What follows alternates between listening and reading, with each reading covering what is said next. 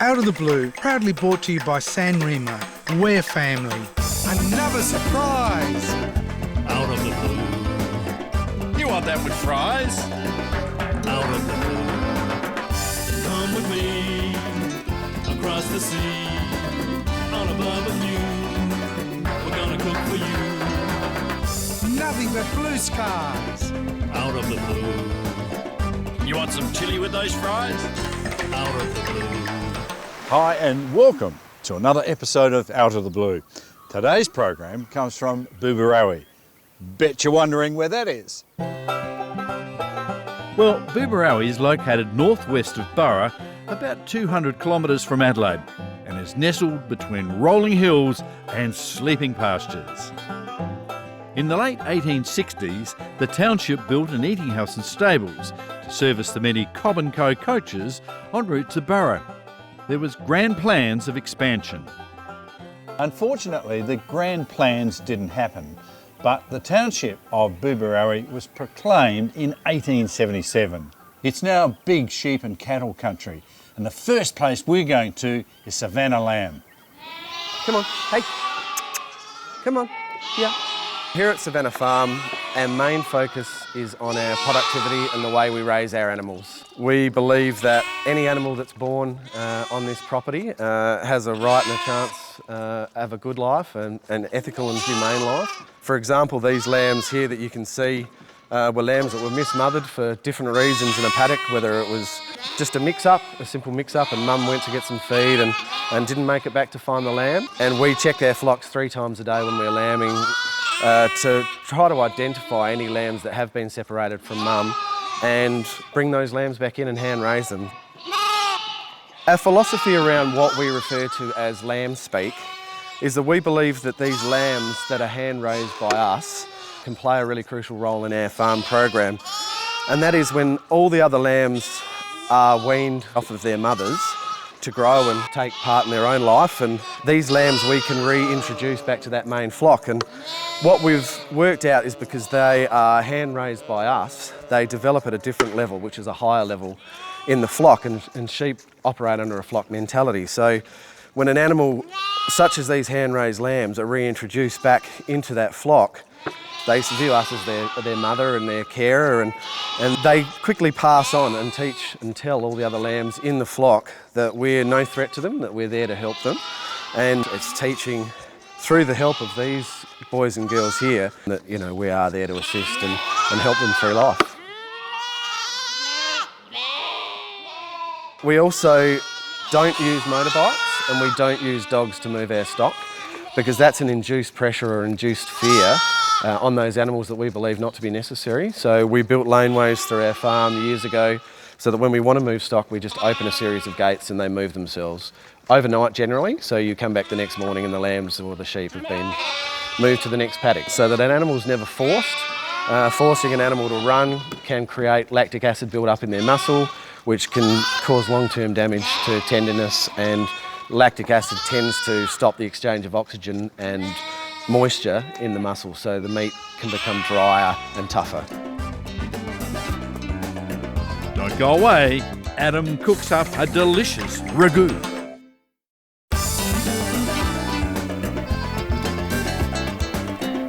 How are you, big fella? Very well, Michael, yourself? I've got something for you. Savannah Lamb. Have a look at that. Well, Hey? look at the colour in the... What are you going to do with that?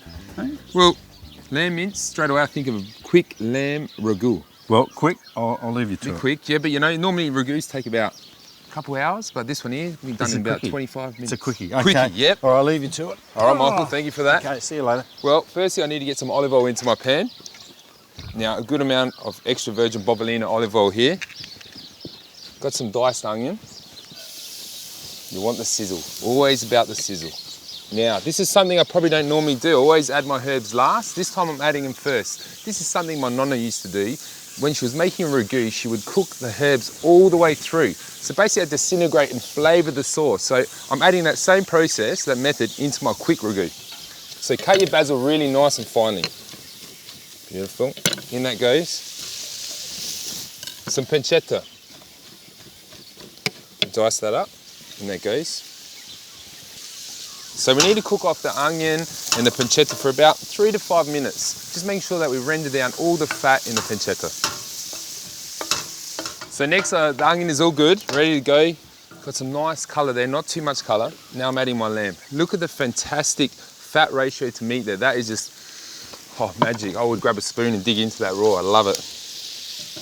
Just break it down with your hands, just to help cook, speed up the cooking time. Now what you want to do is use a spoon just to help break down the lamb mince, and that way your cooking time will cut in half. So for a couple of minutes, just stand around and give it a good stir, and make sure that you're breaking down the lamb mince. Okay, so my mince has been cooking for about 3 minutes there. It's gone nice and brown there, so now we need to add some white wine to this, just a splash. In that goes, and you know, get up the side so it gets all that beautiful flavour, the sediments, all the lamb that's stuck to the pan. Obviously the wine will pick all that up, and that'll be the flavour into our sauce. Now, you want to cook your wine out by half, so we cook out the alcohol. So that wine has reduced by half in there. The flavours that are starting to come out from the mince is amazing. Now, this is my little twist. When I think of lamb, I go to my cooking in my restaurants, I think of oregano. So just a pinch of oregano dried, in that goes some lemon. Lamb and lemon are a match made in heaven, so I'm just adding a bit of zest. Because what lemon zest does to a dish, it just gives this beautiful, refreshing taste on the palate. And a little bit of chilli, just a little bit of zing, bit of dry chilli there. Just chop that up. Nice and quick and simple and tasty, in that goes. If you like a bit hotter, a couple of chilies, no problems. Now, just some tomato passata. Give that a stir. Combining all the lamb with the tomato. Oh, I'm getting excited now. Now we need to let that cook for about 10 to 15 minutes so it's nice and coating the back of the spoon. Add our pasta to it and we're ready to eat. Now have a look at my ragu. It's reduced down perfect, coating the back of the spoon. Turn the heat off. Now I've cooked off the San Remo egg pappardelle in boiling water with a good pan full of salt for about 8 minutes, so it's quite al dente. Just gonna add that straight into the pan. Just be gentle with it. Use the back of the wooden spoon just to coat the pasta with the sauce. Oh. Now, just grab your pasta. Normally about now I get an entrance from the big man himself, Mr. Michael. Oh, I thought I'd come in. I thought you were going to leave me some. Oh, look at that. That is superb. It just smells like an Italian restaurant here. Oh, thanks, It's Michael. beautiful. Hey, Adam, what are some of the virtues of lamb over other meats for the ragu? Well, one, full of flavour, and the fat. You know, with a ragu, you want a little bit of fat just to obviously keep it nice and moist in your dish and really nice and Well, can I tasty. just try it? Oh, no, Just a not little yet. bit? Oh, it's not finished? Just there, finishing touches, you know me. Okay. Just a little bit of pecorino, Michael. Yes. Works well with the lamb. Get a bit of that pappardelle there, Pappardelle. Michael. Oh. All right, just give you a quick, yep, there you go. You're looking good. Well done, just clean up after you. And there you have it, Adam's delicious lamb ragu. After the break, me and my mate cook up another recipe out of the vault.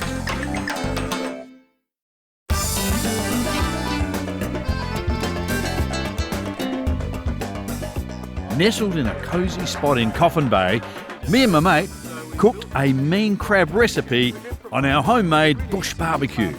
Now, you're going to tell us about one of my most favourite seafoods. Yeah, I promised to do salt and pepper crabs with that, but you're doing the cooking under instruction. Yes. I'm going to show you. These blue swimmer crabs are caught commercially along the west coast of South Australia. In preparing them for salt and pepper, these are uncooked, of course, because they're blue in colour. We just take off the back shell, Michael. Boy or girl? These are definitely a boy crab. Big fellas, aren't they? Big blue swimmers, because they come from deep water. So that's how you take off the back shell. Then we see the gills there. We're going Take to that out. remove the gills. Okay. And then, because we're lucky we got the salt water here, we just give it a little quick wash in. A quick wash in the water. And then we're going to cut it in halves. Oops. And see the blue swimmer. That's the swimming leg, the paddle leg. We're going to cut it there, like every 2 sections. Look at that meat. Yeah, do the same. Oh, magnificent. So there's all the meat in that, what we call the swimming leg, the paddle leg, all the meat, The the paddle meat leg. in the joint. And Michael, when you do, when you do the nippers, you actually got to break them up so you can actually get all those flavours so they actually cook through. And that's how you prepare your blue swimmer crab for. Okay, well, the next stage is probably just as easy. Really, you just need 2 flours. You need corn flour and plain flour, equal amounts. I'll just put them there in a little bowl. And then, just for a little bit of difference, Chinese 5 spice. Just, you don't need a lot of that, do you, Michael? Just a little No, bit. you've been very gentle. Well, I know. I'm very articulate. And then you today. get the pepper, The cracked pepper, black the pepper, pepper. which, Yeah, just sweet up. look, this is really, do how you feel. If you want it hot, put a fair bit in. The same with salt. So there you go, it's pretty simple as that. Yep. We've got peanut oil in the wok. Let's go. Yes. Should we put the big ones in first? Yeah, just a couple of the big ones. You've got Here to we coat go. them in. You've got to coat them first. Just testing. Just testing. See? There's always a test to Like that, this. just knock flour up Yes. a little bit like that. Yep. These will be absolutely superb. Yep. Sort of mix it around like Yep. that. Pretty. Oh, what about the you sizzle, hear the eh? sizzle? The sizzle? The oil's hot now, isn't it? The oil's very hot. Now, Michael, what would it be? Yes. How many minutes do you reckon? I reckon about 2 to 3 minutes. See how the legs are getting red? Yep. But don't be fooled like that because that's the thick part of the shell and that'll take longer to cook. Michael, they look cooked to me. How about we set them up for my mate Lester? Yeah, Lester's he is a good mate too, Yeah. the local oyster farmer here at Coffin Bay. And you'd think he'd get sick of seafood, wouldn't he? But No, not the way he we cook it, He loves Mike. the seafood, No. he really He likes Yeah, our recipes. Especially the way he loves the way we cook it up. He Look at couldn't that. catch any crabs himself today, so we had to bring these, didn't we?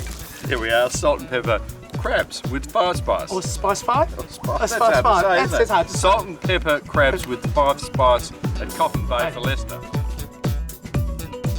Here's a little olive oil tip for you. Next time you're frying your schnitzel at home, don't get caught up you have to fry in vegetable oil. Fry in a good extra virgin olive oil like I'm using here today, Bobolina. I've been brought up on it, and you know what? Have a look at me. No issues whatsoever, and it's good for you. A real success story to come out of Booborowie is the Australian Carob Company. I've always thought carob was the poor cousin of cocoa, but that's not the case, as Michael Jolly explains. Michael, why did you plant carob trees? Why not olives or almonds, for example? Well, I thought, well, I tasted the stuff which is imported to the country, and if we found a good tasting carob variety, which we found, I could have a quality tasting carob product. Now, I've got to be honest, I just compared chocolate and carob as sort of one of the two of the same thing, but they're not. They're totally different. They're totally different. What is carob? Carob is a carob pod, it's a legume, it's makes into carob powder. Carob powder can be used for many other things than to go into chocolates, or it can be used in baking, it can be used in drinks, it can be a snack food. But don't compare So, it with a chocolate. It's not, it can't be compared to chocolate. And you were saying there's different qualities of carob. I only thought it was just Definitely. one carob, that was it. No, there's many different qualities. We just selected sweet tasting varieties. So the stuff which is imported to the country, that's grown for the seed, and that's more of a bitter type of taste. When it's grown for the actual sweetness, for the flavour, like we've done here, the quality is a top quality product, which is, yeah, surprising everyone around the world. Now, the trees here are, what, around 15 years old? 14 years old. 14 here. years old, and you've pruned them. I mean, how hard can you prune one of these trees? You can cut off the ground level if you want, and it will just grow up again. So there's such a good, tough, hardy tree. It will handle pretty much any condition. How big will they get and how long will they live? They'll live for hundreds of years, and they'll all touch. Every tree through here will touch each other and across the rows. They'll be big trees, and the good thing with the carob tree is that it produces all the way through it. So it's not just your new stuff on the outside of the tree, it'll produce all the way down to the bottom of the trunk. Now, Michael, we're looking here at the finished carob products. Yep. Yeah, this is fantastic. We've done all this on farm here. So the roasted powder, raw powder, kibble, and then we have the syrup made up for us. So The syrup's interesting. there's no added ingredients in it. All it is a carob kibble, has had some water added so it absorbs the water. Then it gets heated, pressed and filtered back out again. That's all, nothing else. Now, what are these little numbers here? Here we got some brownies here. That's made with the raw carob powder. So, and that's really nice. The other one? The other ones, that's got the roasted carob powder in these bowls. So try one of each of these. They are beautiful. Oh, it's got rolled in coconut. Yep. All right, here we go. These ones are rolled in the sesame seeds. What are you doing to me? Oh, things you got to do. Hey, they're nice. A little They are nice. Coconut dusted ones are fabulous. And you can tell how the roasted carob powder, the sweetness comes out in it.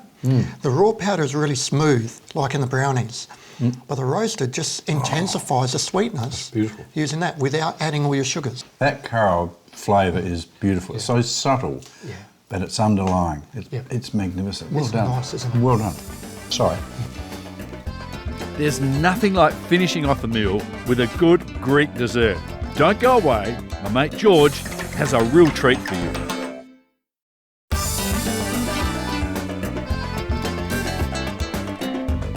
Okay, y'all.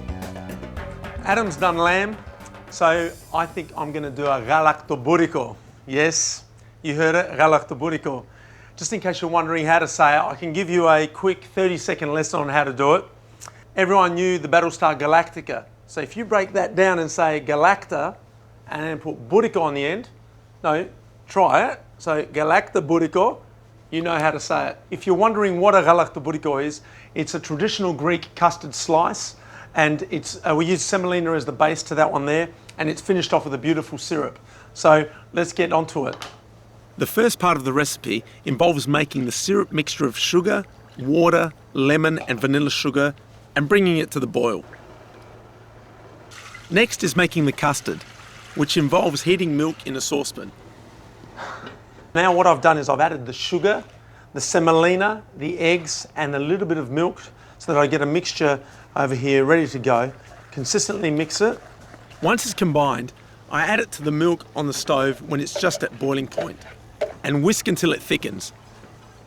Now that I've added the semolina mix to the milk and I'm stirring with the whisk, I basically use the whisk to make sure that there's no lumpy consistency so that I make it a nice smooth texture. Once that's done, I can actually swap it over. Something I've always been taught from a young age, I basically use a wooden spoon now to finish off the mixing. So I'll mix it until it starts to bubble and it's starting to thicken now. The next part requires patience and a good dose of ouzo, not for the recipe, but for the baker. Layer after layer of filo pastry brushed with butter forms a delicious casing. In goes the custard and more layering with more butter.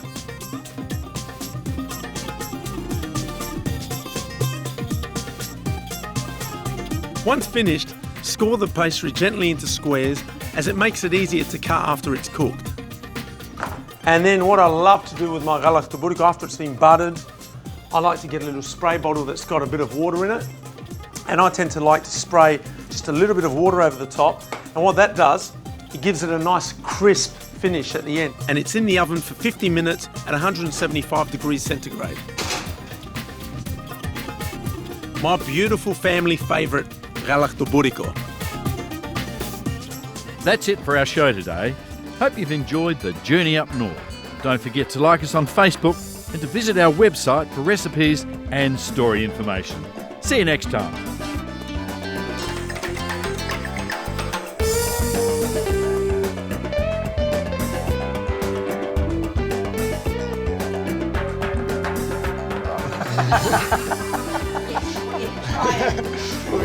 We haven't got ice cream.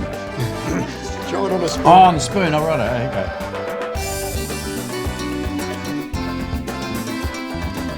And he said Savannah. Yeah, because I was listening to you.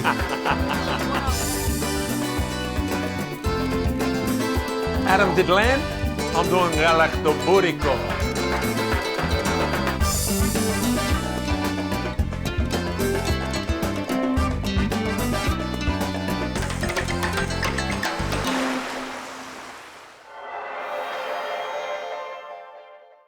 Out of the Blue, proudly brought to you by San Remo. We're family.